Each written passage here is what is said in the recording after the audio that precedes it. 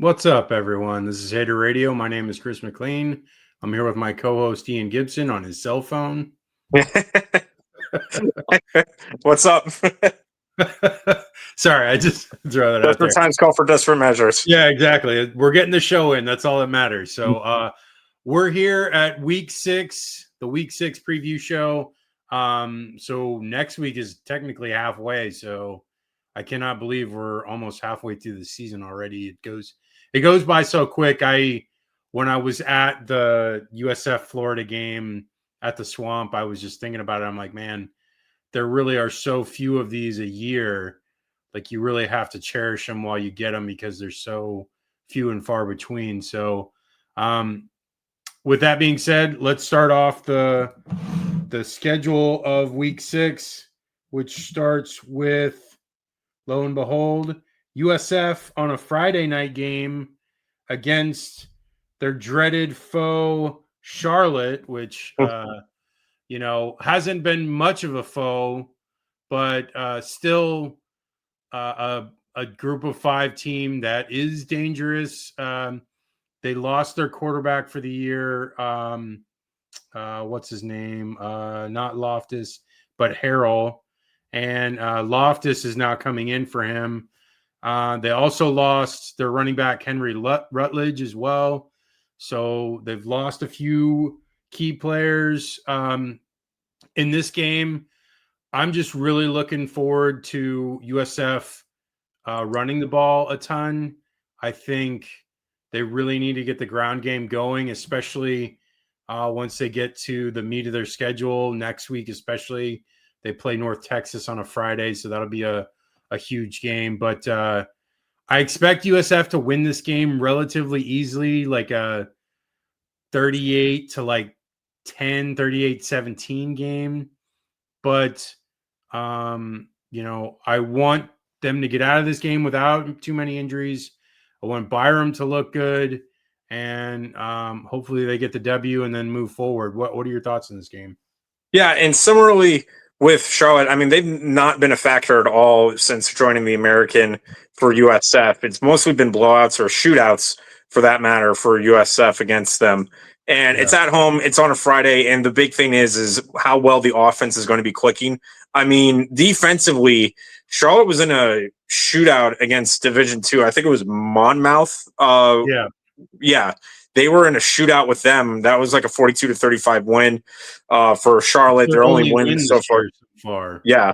Then they lost to Rice, and that one the defense was able to step up last week. But I feel like with USF, if they can, defense continues to force turnovers, which I believe they can, and if the offense does, what they're supposed to do, not have as slow as a start as they did. Again, I know the score is going to be kind of misleading, but that was kind of a slow first quarter against South Carolina State. But if they get off to a fast start, which we know they can, I don't think Charlotte's going to keep up. So I'll take the Bulls winning this one. They start off conference play, the real season now. I'm going to go with let's do a 42-20 win. Nice. Yeah, and it is the meat of the schedule is right now. For the rest of the season, they play nothing but conference foes. So, strap in, USF fans. This is what we're like. We'll find out what this team is made of, and hopefully they can get through and potentially get to the American Conference Championship game, and then maybe it's in Tampa, and then maybe we'll see about a potential playoff spot. So, yeah. All right, moving on to West Virginia, BYU. I only really put this one on because BYU is kind of in the driver's seat opposite Texas Tech in the Big 12. West Virginia just looks bad. I mean, they beat Pitt, and then they got their butts whooped by Kansas and Utah. Nico Martial is redshirting, so they're trying to figure out their quarterback situation. The 2 guys that were there in the Utah game did not look so hot. Explosive plays doomed them in the Kansas game, and they just were flat out dominated against Utah in every phase of the game. BYU gave up a decent amount of passing yards to ECU in that game, but followed that up by limiting Colorado to 119 through the air. So they did a little bit better there. They were down early to Colorado, but outscored them 24-7 the rest of the way. Their quarterback, Bear Bachmeier. Yeah, What? Bear Bachmeier. Yeah. He ran for 98 and threw for 179. So, I mean, he's similar to Retzlaff in some ways, a similar game. But this BYU team looking to potentially get to the Big 12 championship game. I don't think they play TCU. I'm not exactly sure. Let me look it up right now. Or not TCU, Texas Tech. I think they're at Tech. I think they're at Lubbock at like near the end of the year. I actually think you're right because I remember seeing that when I was looking at their schedule last week. Yeah, they that would be a huge game if that is the end of the year, but that wouldn't potentially be a winner take all type game. Yeah. It's November 8th. It'd be more like maybe a rematch down the line, especially if because BYU's schedule is not crazy difficult, but they still have a 3-game stretch of Utah, Iowa State, and Texas Tech. And TCU. So there is some tough games to go. I think BYU wins this one pretty easily. I'm going to say like a 34-14 score. What do you got, Ian? Yeah, and BYU of note too is only allowing on average less than 10 points a game so far this season defensively. So the defense has done its job. They've kept them in games, and obviously they got the job done against Colorado. Colorado got that early start, but the defense settled down and took care of business. Same thing with games like Stanford, where the offense wasn't spectacular. I'm not expecting BYU's offense to light up the scoreboard, but I feel like with West Virginia, Rich Rodriguez still hasn't decided on the starting quarterback so far, which is going to be a problem. And with this defense, I don't see West Virginia getting enough points on the board. And especially with how bad the defense of West Virginia has been the last 2 weeks, I don't think BYU is going to have too much trouble. I'm going to go with like a 30-14 win for the Cougars, and they'll just keep on rolling. I will say for West Virginia, I mean, they beat Pitt, and sometimes that's all you need to make a season worth it is beating your most hated rival. Yeah, that's true. I mean, I know like last year Florida State was 2-10. They would have gladly taken a victory against Florida and called the season not a total loss. Yeah. But no, this BYU team is definitely someone to take note of, and that's why I put it in this week. And especially we'll be able to watch this game to see how they are coming up for these next couple of games as well, so we get like an idea of how good they are. Next game we have is Iowa State, Cincinnati. Iowa State looks for real right now. They dominated Arizona. They were up 36-7 at one point. They were 8 of 13 on conversions and held Arizona to 5 of 13. Cincinnati beat Kansas 37-34. Had a huge game from their quarterback, Sorsby, 388 yards, 2 TDs.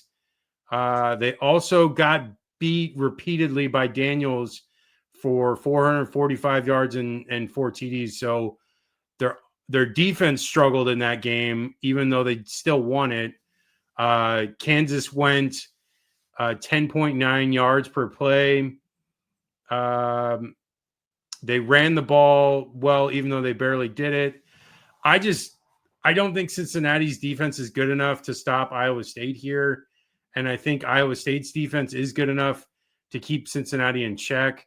I think it's going to be like a low scoring game, maybe like a 28-17 game. But I think Iowa State has control most of the way through. What do you got, Ian? What's interesting about this game, too, is that Cincinnati right now is top 5 in the Big 12 in offense. Clearly, that's buoyed from, blowout wins against I think it was Northwestern State, which was like D2. Then they had the shootout against Kansas, and they put up had a 2-touchdown lead on Bowling Green, even though that game got a little scary. But ever since that Nebraska game, the offense has been looking better. But Iowa State's defense has been really good so far this year. Even when the offense is not clicking, Iowa, Arkansas State, those games, they're still finding a way to have the lean on the defense here. And I think that's what's going to happen here. I trust Iowa State's defense more than I do Cincinnati's offense. Yeah. So I think Iowa State wins this one, although this has got trap game written all over it.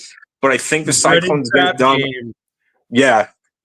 I think it's going to be Cyclones win. I think they keep it close, but I'm going to go with a 27-23 win for Iowa State. Yeah, I just don't think it's going to be like a crazy score game because I think the previous week with Arizona, Iowa State kind of like took it to them there a bit, and there was a couple of things that really like led to that, but I think Iowa State is probably going to play like a more conservative game here, just because I think Cincinnati is maybe like slightly better than Arizona, not that much better, but like slightly. Plus the game, it's in Cincinnati, so it's a road game for Iowa State, so there's a little bit more there. The other game was in Ames, was a home game, so a little bit of an advantage. Okay, moving on to Illinois, Purdue. Illinois coming off getting blown out by Indiana, and then the next week with a huge win against USC at home. Purdue gave up 33 and 56 to Notre Dame, 33 to USC, 56 to Notre Dame. So their defense has struggled in these games, but Illinois put up a huge total against Indiana when they scored like 60 plus. So it's tough to say what will these defenses show up in this game. I like Illinois' defense better than I like Purdue's defense. And I think both their offenses are decent enough. I like Altmaier more than I like Purdue's quarterback. But if I'm going to venture a guess with this one, I'm going to say Illinois wins, but maybe like a 28 to like 20 game close, and maybe they just make enough stops on defense to really make a difference. What do you got, Ian? Yeah, and I think Illinois, only because Purdue, while they do have the passing offense has really been coming together, I just don't trust that defense, especially stopping Altmaier. We saw Altmaier just like turn on a switch against USC, and now it's up to them to keep that momentum going. Purdue is rested. They're coming off their bye week, so this is another, could be trap game, but I don't think Illinois is going to fall into it. I'm going to take the Illini winning. I'm going to go with I just don't see the defense stopping them enough. I'll go with like a 31-17 win for Illinois. Okay, I put this one on here because we're going to have to figure out how good Navy is if we're going to break down them against USF. So Air Force against Navy. I know Air Force is not very good. They're 1-3. Their quarterback, though, for Air Force, Zarka, is putting up decent numbers. He had 246 and 2 TDs through the air and 110 and 1 on the ground. So it's a pretty good game. It was, I can't remember which game that was. I think it was the last one they just played. But Horvath still there. The guy seems like he's been there forever. Had a great game against Rice, 172 in the air, 110 on the ground. And plus they held Rice to 234 total yards. So Navy's playing well, playing good defensively. They're undefeated. This will be a decent test, not a great test, because this Air Force team is not as good as in some years that they will come up and have some good years. This is not one of them. I think Navy's going to win this one. I'm going to say like Navy wins like 31 to like 10. What do you got, Ian? Yeah, and with Air Force, their defense has been really bad.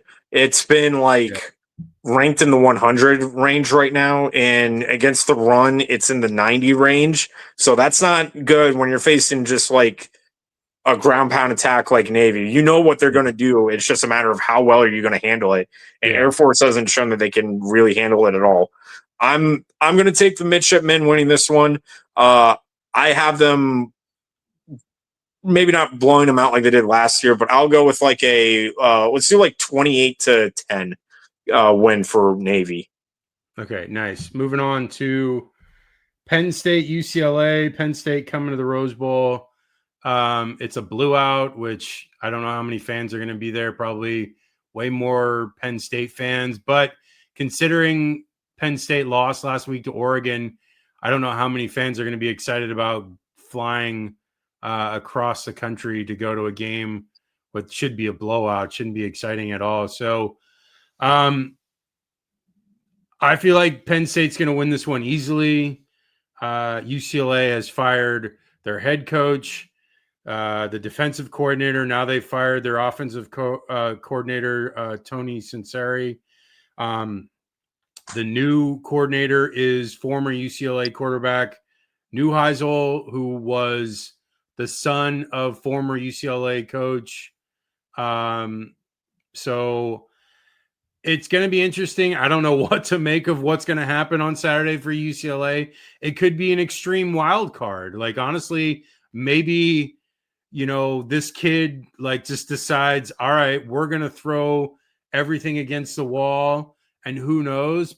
But I just feel like there's such a huge talent disparity, huge coaching disparity, that I feel like UCLA is going to get smoked. Still looking for their first win. They got a shot against Michigan State and Maryland, so maybe they'll get one there. Who knows? But I like Penn State in this one. I'm going to say Penn State wins 38 to 20. What do you got? Almost the same score, only on the basis that UCLA has the worst defense in the Big Ten right now, and it's not even close. It's pretty bad.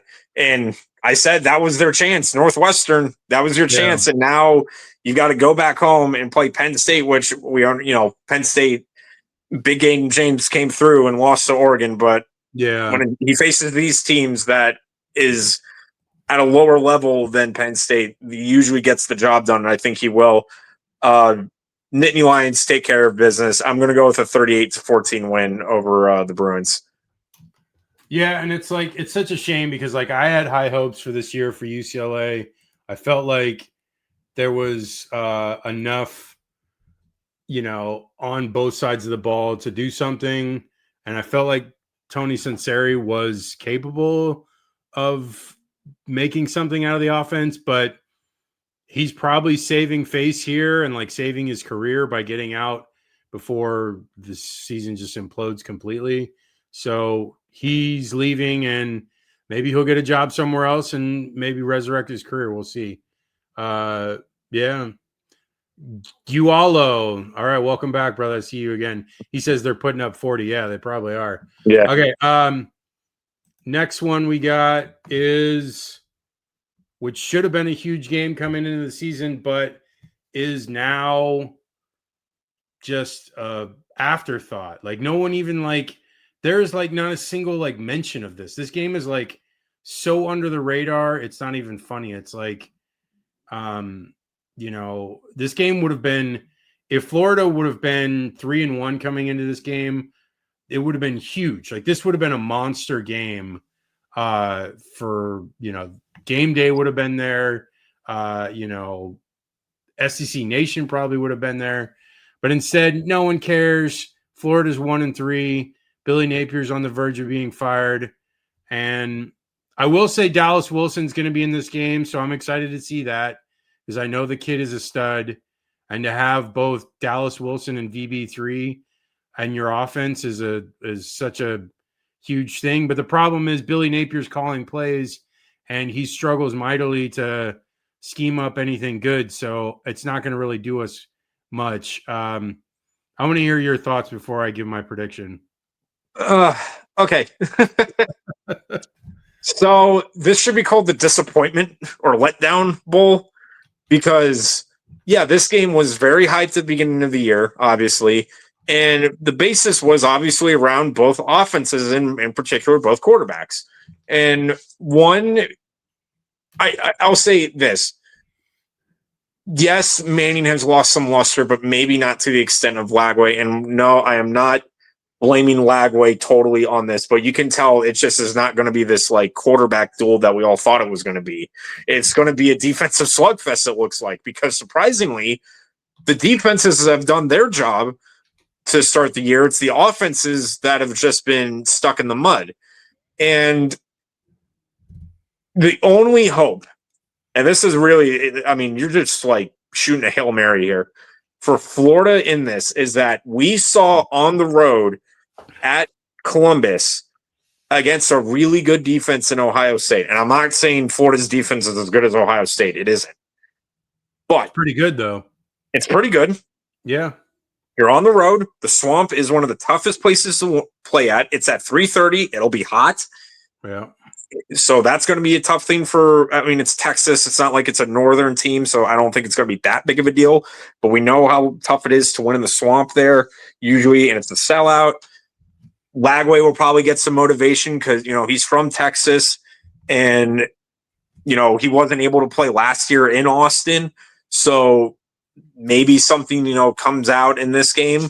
But when it all comes down to it, is that Napier is stubbornly still going to be calling these triple reverse wide receiver screens. And I just don't trust him as a play caller as I would Sarkisian, because at least with Texas, they are playing to Manning's strengths and that is not what Florida is doing. I just don't, again, it doesn't matter how good your team is. If you have somebody driving the bus off a cliff, it won't matter. So I'm going to go with Texas wins. Sure, it's going to be an ugly game. Let's go like 27-17, something like that. I think the defense, again, will hold, but in the end, it'll just snap. I think Manning, you know, they know if you could get pressure on him, make him move around the pocket, you got him where you want him. But I just don't see Florida putting up enough points against that Texas defense compared to what Texas could do. And I'm not that far off from your prediction. Incompetence Bowl, yeah. Well, I mean, Sark at least got his team to the Final Four the last 2 years, though. Yeah. But Florida is the 113th ranked offense. You know, and I don't think that's going to be the difference in the game. The difference in the game is going to be Florida's defense stymieing Arch Manning. And I think that'll be what tells the tale in this game. I think Florida's defense will keep them into this game late into the fourth quarter. And it might even be like, you know, a one-score game all the way to the very end. And I'm going to say like a 21-17 score, but I'm saying Texas wins it. So I think the defense is probably the best defense we've had since like 2015, 2016, when those teams were just flying all over the place. I mean, they are really good. There have been some injuries, but they had 2 weeks off. I'm almost positive George Gums is back. I don't know. Florida doesn't do an injury report really anymore, so it's kind of hard to decipher, you know, who's injured, who's not. But either way, you know, I expect the defense to play strong. Cormani McLean has come out really huge the last couple of games, and he looks great. I know that Aaron Gates is going to be out sometime. He has a hurt shoulder for sure. He just had surgery. You know, I don't know. I just feel like it's going to be closer. I just feel like it's going to be close just because of the defense. Okay, moving on. We've got what do we got? We've got Vanderbilt, Alabama. You know, I like Vanderbilt in this game a lot because I like Pavia and I like their defense. But what I saw out of Alabama in Athens against Georgia, where they just pretty much dominated those third downs and were 13 of 19 on conversions. I just feel like someone just said F Texas. Yeah, I'm not a fan of them either. But Vanderbilt is going to struggle to get Alabama off the field during this game. And I feel like that'll be the difference in the game because Pavia might be able to score some, but not a ton. There were a lot of explosives that Georgia had in that game, but Alabama kept them in check because they were only 2 of 8 on conversions. So they were great on converting third downs, and conversely, they were great at stopping third down conversion. So that'll be again a recipe for success for Alabama here in this game. I think Pavia will keep them in the game a little bit, but I think Alabama wins by like 10 points. I'm going to go like a 31-21 score. What do you got, Ian?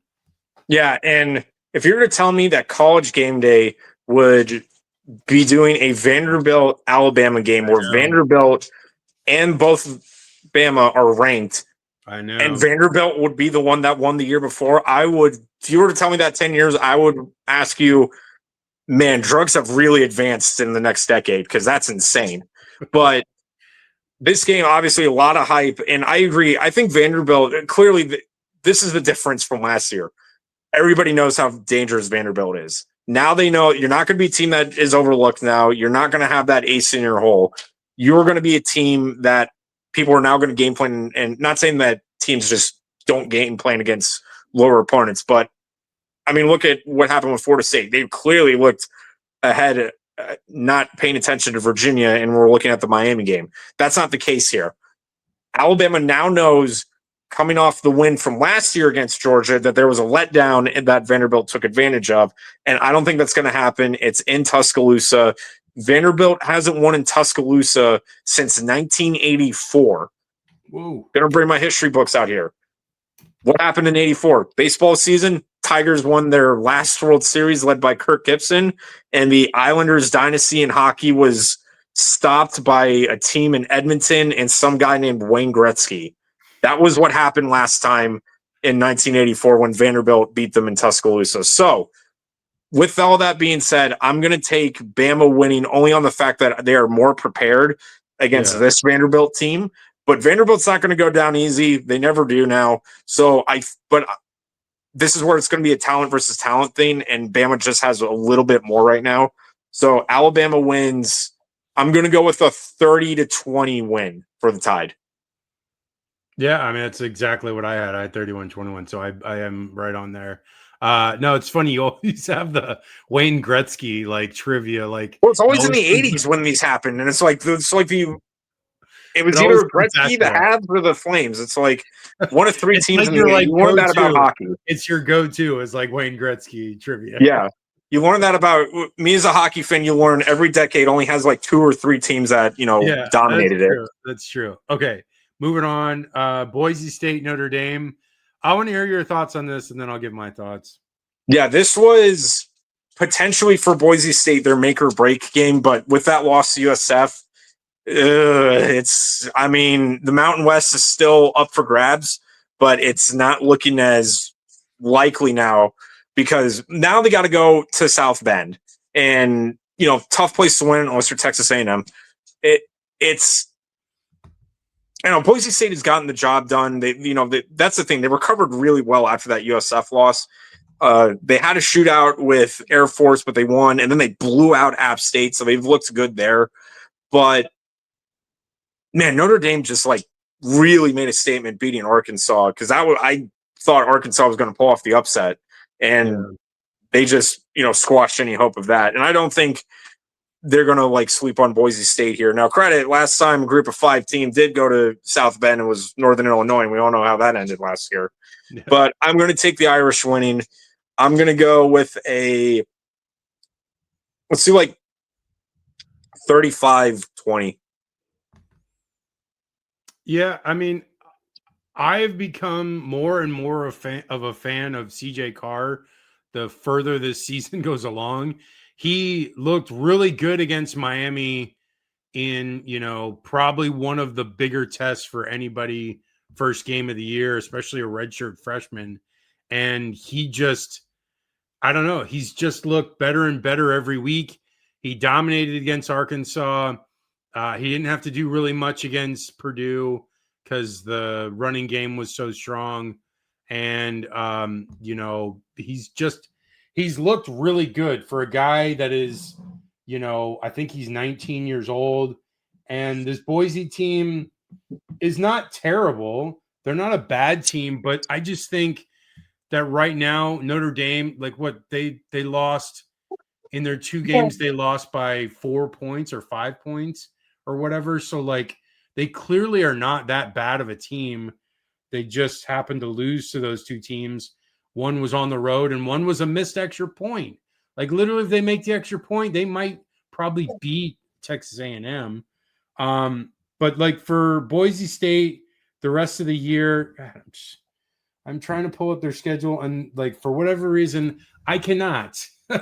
It's so annoying. Like when like you're trying to look up stuff and like your internet just like craps out or whatever. Okay. UNLV, that's the game I'm looking for. Yeah. October 18th. It's in Vegas. No, it's in Boise. So I expect, all the stops to be pulled from there. I think, Dan Mullen, loves to scheme up games. And that'll be the game, though. Like, if Boise has any shot of the playoff, I don't think so, though, because if they lose this game, 2 losses pretty much, is a nail in the coffin at that point. So they can look to win the Mountain West Championship, but that'll be about it for them. I don't think they get the playoff if they lose this game, which I don't think they're going to win. I think CJ Carr is going to have a good game. I think Price and Love, who last 2 weeks have gone off considerably well, both in the passing game as well. So I expect them to have huge games here. I don't think Boise's going to be able to stop them. I think it's going to be like a 41 to like 17 game. Okay, moving on. Here's a big game that I don't think we thought coming into the year. Virginia, Louisville. Guela is saying Notre Dame defense is wacky. Boise can score. Might take their TT. Google. It's not high. Defense. Notre Dame defense is wacky. Boise can score. Might take their TT if it's not high. Yeah, I mean, I don't know. Notre Dame's defense has been back and forth. They didn't look great against Purdue, but in that Purdue game, they were kind of just playing with the lead, and CJ Carr was out of it by like the end of the third quarter. So like they got a lot of yards late. So I think their defense has gotten better. That A&M game was not great. They did give up a lot, but I expect them to be better in this game than the past couple weeks. And they looked great against Arkansas. They really dominated there. Okay. Next one we have Virginia, Louisville. So I like Virginia a ton in this game. I think Chandler Morris is going to go off on this one again. Louisville came back from a 17-0 hole against Pitt. I'm not the biggest fan of Miller Moss. I think he's all right, but he's prone to make mistakes, prone to turn the ball over. I think that happens in this game as well. I think Virginia, with their offense, is able to put up enough points. But I think this might actually be a shootout, and I think Morris does enough to win this game. So I think it's going to be like a 35 to like 30 game with Virginia coming out on top. What do you got? This is my upset. I think as good as Virginia, they're coming off that win against Florida State, but Virginia their defense has been giving up almost 400 yards a game, and I just saw with what Louisville did coming back against Pitt. Now, clearly this could go both ways because I'm with you. I think this game is going to be a shootout, and it might come down to who has the ball last. But here's the other thing, too, is Louisville's defense is the second best in the ACC, while Virginia's is kind of, like I said, has been giving up almost 400 yards a game. I feel like Louisville can exploit and get more big plays off Virginia's defense than what Virginia could do on that Louisville defense. Virginia's offense could do on the Louisville defense. And yes, Miller Moss is prone to mistakes and that, but I feel like if you make it a simplified game and run more play action plays to get those deep passes and get one-on-one coverage, Louisville's got you right where they want you. I think it'll be a shootout. And I feel good about Louisville. It's in Louisville. And when I did the homework, Virginia's only won one game.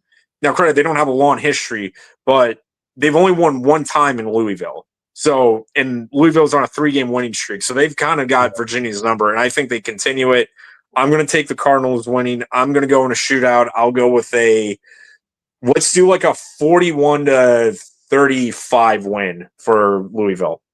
Yeah, I mean, even Gualo has it here. The over is more than likely going to happen because, I have it at 35-30, which would mean they would 62.5 is the over under. Yeah. And then you had it at what, 40, what? 40 to 41-35. 41-35, and that clearly goes over. So, yeah, I think everyone's expecting it to be a shootout. I mean, we're split here, and we haven't been split yet on any of the games. So this is one that's going to be 50-50. Like, I think everyone's kind of like, this could go either way. So let's move on to the next one we got is Syracuse SMU. Not a real big game because Syracuse lost their quarterback. Angeli, he's out for the year. And then their new quarterback is Ricky Collins. But they ended up getting smoked by Duke last week in their own home stadium, 38-3. Duke put up 503 yards of offense and held Syracuse to 314. SMU is coming off losses to TCU and Baylor. Jennings put up decent numbers in those games, but they struggled to stop the offenses. Could be a get-right game for their defense for SMU. I expect them to score pretty well. I probably shouldn't even have this game on here, but we didn't have a ton of games to choose from this week, so this is just one we just had to throw in there. So I'm going to say SMU wins like 38-17. What do you got, Ian? Yeah, and I think the Russian attack too, with guys like TJ Harden for SMU, will balance out with Jennings.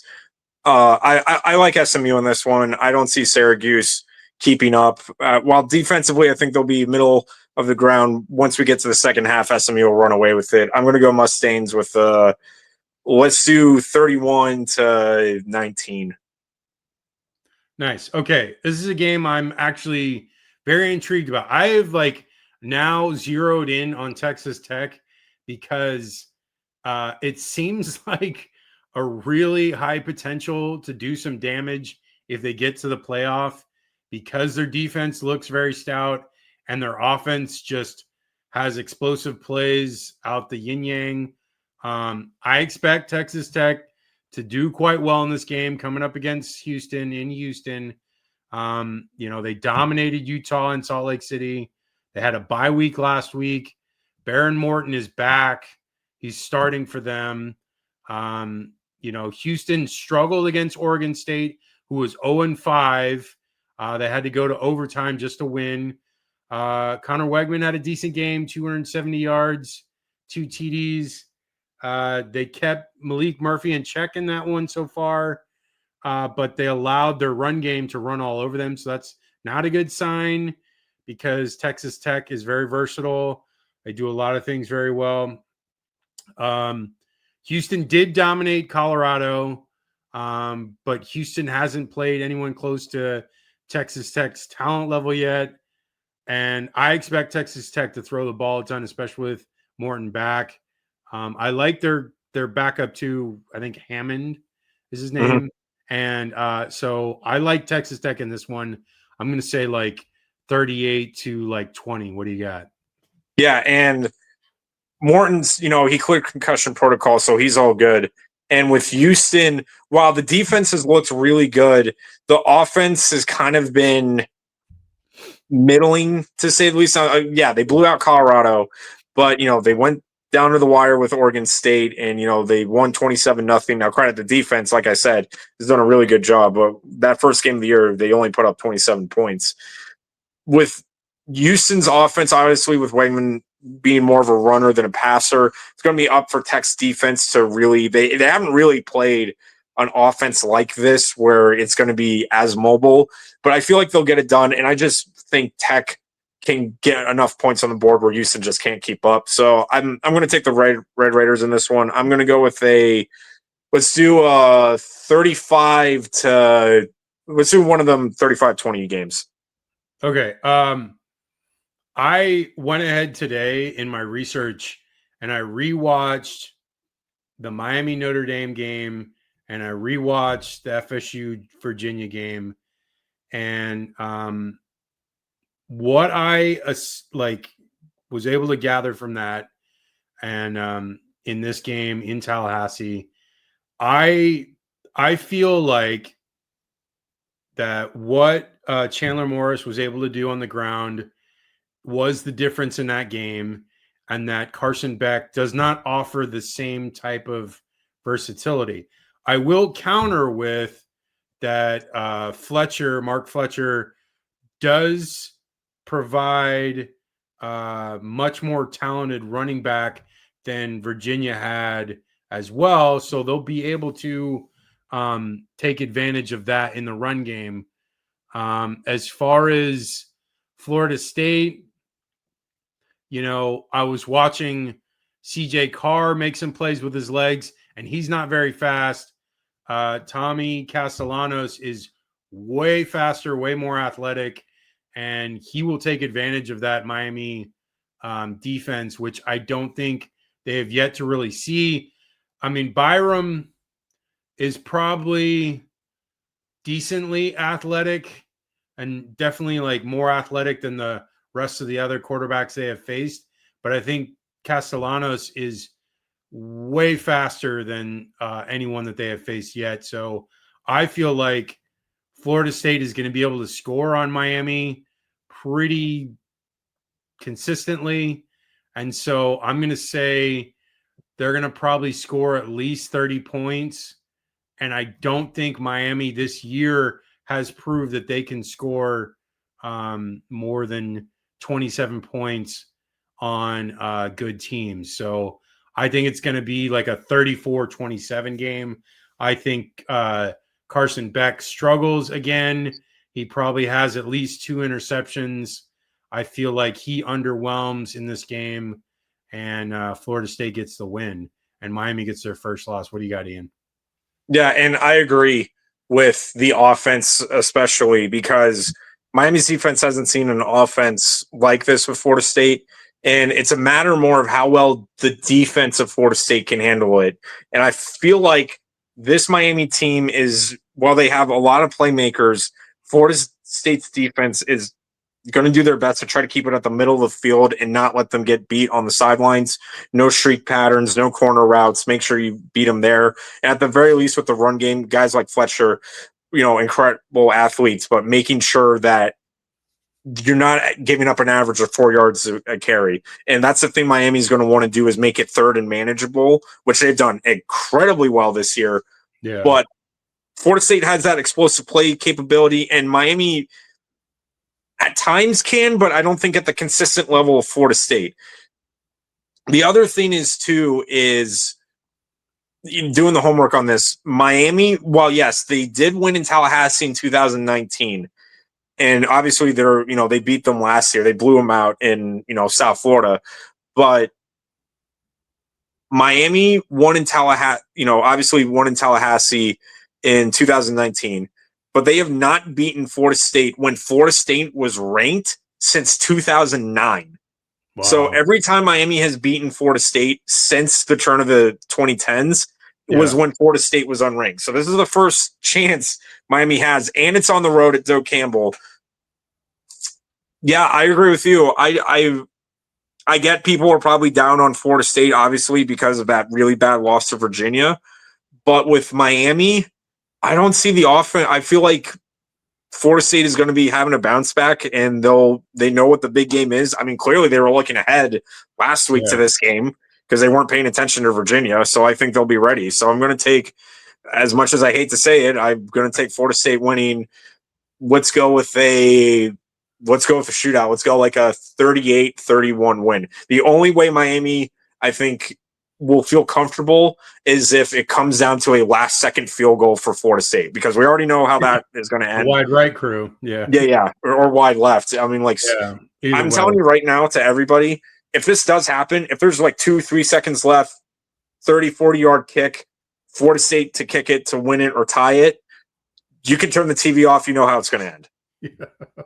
I hope so. That would be hilarious. Okay, Two more. One more regular game, and then we're gonna get into your G5 game of the week. But let's do Mississippi State, Texas A&M. Mississippi State barely lost last week to Tennessee in overtime. It was a very close game, and Tennessee got a couple of defensive scores to really be the difference in that game. I like Texas A&M a lot. Their defense played really great last week against Auburn. They shut them down in the run game and really didn't allow almost anything in that game. Conversely, their run game, Texas A&M's, was very stout. Le'Veon Moss looks really good. I think they can ground and pound in this game. I'm going to call it though because I don't have an upset yet so far this week. I'm going to call Mississippi State pulling it off. I might be wrong, but I don't really care. I just want to throw because you have to throw in at least one upset. You cannot just go favorites the whole time. You have to take a chance here, and I'm going to do it in this one because this just seems like this is a possibility because I have liked Mississippi State so far this year. They've looked really good in almost all their games. They looked good against Arizona State. They looked good against Tennessee, even though they didn't win. Shapen, I think, does enough in this game to win it. I like Marcel Rita a lot, but I think Mississippi State's defense is good enough to make the difference. So that it's going to be close. I'm going to say a 24-20 game. What do you got, Ian? Yeah, and with Texas A&M, the key thing will be how well the offense does. I mean, they got stuck in the mud just flat out, 16-10 win against Auburn, which was way closer than it needed to be. But the defense came up huge, and the defense has looked really good the first couple of games. The Notre Dame game obviously was a shootout. And that's going to be Mississippi State's best bet. That's how they've won a lot of these games. I mean, went into overtime against Tennessee because it was a shootout, and then it came down to some big plays against Arizona State that they were on the right side of. I don't think Texas A&M is going to get beat on the big plays compared to what Tennessee and Arizona State did. So I'm going to take A&M winning. I'm going to go with a 34-21 win for the Aggies. Nice. Okay. All right. So G5 Gibson's G5 game of the week. Go ahead, Ian. Yeah. So the one I picked this week is Western Kentucky and Delaware. Now, Delaware. Oh, you mistyped it. I have New Mexico State. You gave me the wrong game. Oh, what did I say? New Mexico State? Oh, I meant Western Kentucky. Sorry. It's all right. Western Kentucky and Delaware. Okay, I'm going to put it up here. Just give me 1 second so that people. Alrighty. Go ahead. Keep talking. Anyways, both of these teams, they're coming off, only having one loss in the year and both out of conference. Western Kentucky got blown out by Toledo in the MAC, and then Colorado, blew out Delaware in week 2. So both of these teams, back-to-back wins. Western Kentucky, they had a close game last week against Missouri State, and then Delaware just blew out FIU 2 weeks ago. Delaware kind of a feel-good story because they are, year one in Division I, and they already have 3 wins, which is very impressive. I mean, it's not easy to do. And This is a big game for Conference USA because both of these teams are undefeated in conference play. Western Kentucky beat Missouri State, and then they beat Sam Houston State early. So now going into Delaware, the other thing to note, too, is that both of these teams have the number 1 and number 2 offenses in Conference USA. And I think this game is going to be another shootout, but I feel like Western Kentucky's defense is going to be able to get into the backfield more, while the passing attack, McIver, the quarterback for Western Kentucky, has been really good. It's more of a balanced attack for Delaware with guys like Silver at running back. So I'm going to take Western Kentucky winning and making Delaware more one-dimensional. But I wouldn't be surprised if the Blue Hens, continue this Cinderella run. But I think Western Kentucky has a better defense, so I'm going to go Hilltoppers winning in a shootout. I'm going to go with a 35-28 win. Yeah, I'm just going to pick Western Kentucky because I don't know much about either of these teams just because of my old neighbor in law school. So, okay, that is the show. You can reach us at haterradio.com. type in Hater Radio for all of our socials. The show will be on Sunday, 8 p.m. Eastern, 5 p.m. Pacific, Wednesday as well, every Wednesday, every Sunday. Enjoy these games. And Ian, what are your socials real quick before we go? Yeah, at Twitter, it's at G5Gibson, and on Instagram and YouTube, it's at G_Gator_G. Okay. That is the show, everyone. Take care. We'll talk to you on Sunday.